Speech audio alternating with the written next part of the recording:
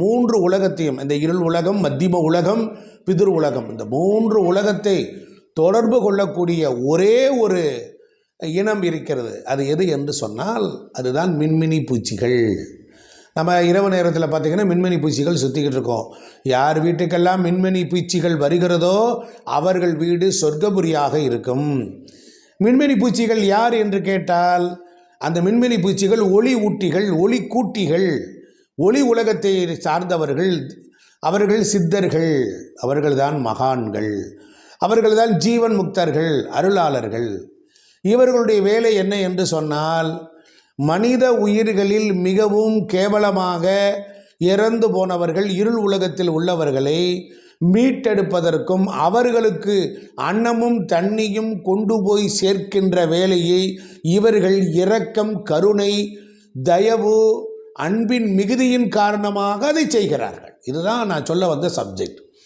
அப்போ நீங்கள் என்ன பண்ணணும், அந்த மின்மினி பூச்சிகள் இரவு நேரத்தில் எந்தெந்த இடங்கள் இருக்கும்? எல்லா ஊர்லேயும் இருக்குமா? வாய்ப்பில்லை ராசா, வாய்ப்பில்லை. அப்போ அது எங்கே போகும்?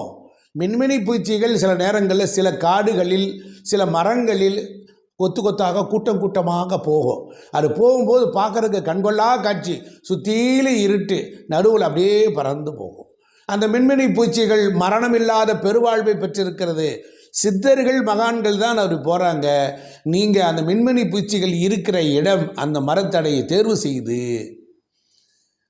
தேர்வு செய்து அந்த மரத்தடியில் கூட்டி பெருக்கி சுத்தம் செய்து தண்ணீர் தெளித்து அரைத்த சந்தனத்தை மரத்திற்கு தடவி, அரைத்த மஞ்சளை தடவி, அதற்கு பூவும் பொட்டும் வைத்து, அதற்கு வேணுங்கிற பொறி, கடலை, தேங்காய், பழம், வெத்தலை பாக்கு இவைகளெல்லாம் வைத்து நல்ல வாசனை திரவியங்களை கூட்டி தூப தீபங்கள்லாம் காட்டி அந்த இடத்தில் அமர்ந்து கொண்டு பிராமணர்களோ இல்லை தர்ப்பண மந்திரங்கள் தெரிந்தவர்களையோ வைத்து கொண்டு இறந்தவர்கள், அகால மரணம் அடைந்தவர்கள், அவர்களுக்காக அந்த இடத்தில் நீங்கள் தர்ப்பணம் செய்தால் அந்த தர்ப்பணா சக்தி, மந்திர சக்தியை பெற்றுக்கொண்டு இறந்த இருள் உலகத்தில் உள்ளவர்களில் இந்த மின்மினி பூச்சிகள் அவர்களுக்கு உணவையும் நீரையும் கொண்டு போய் சேர்க்கும்.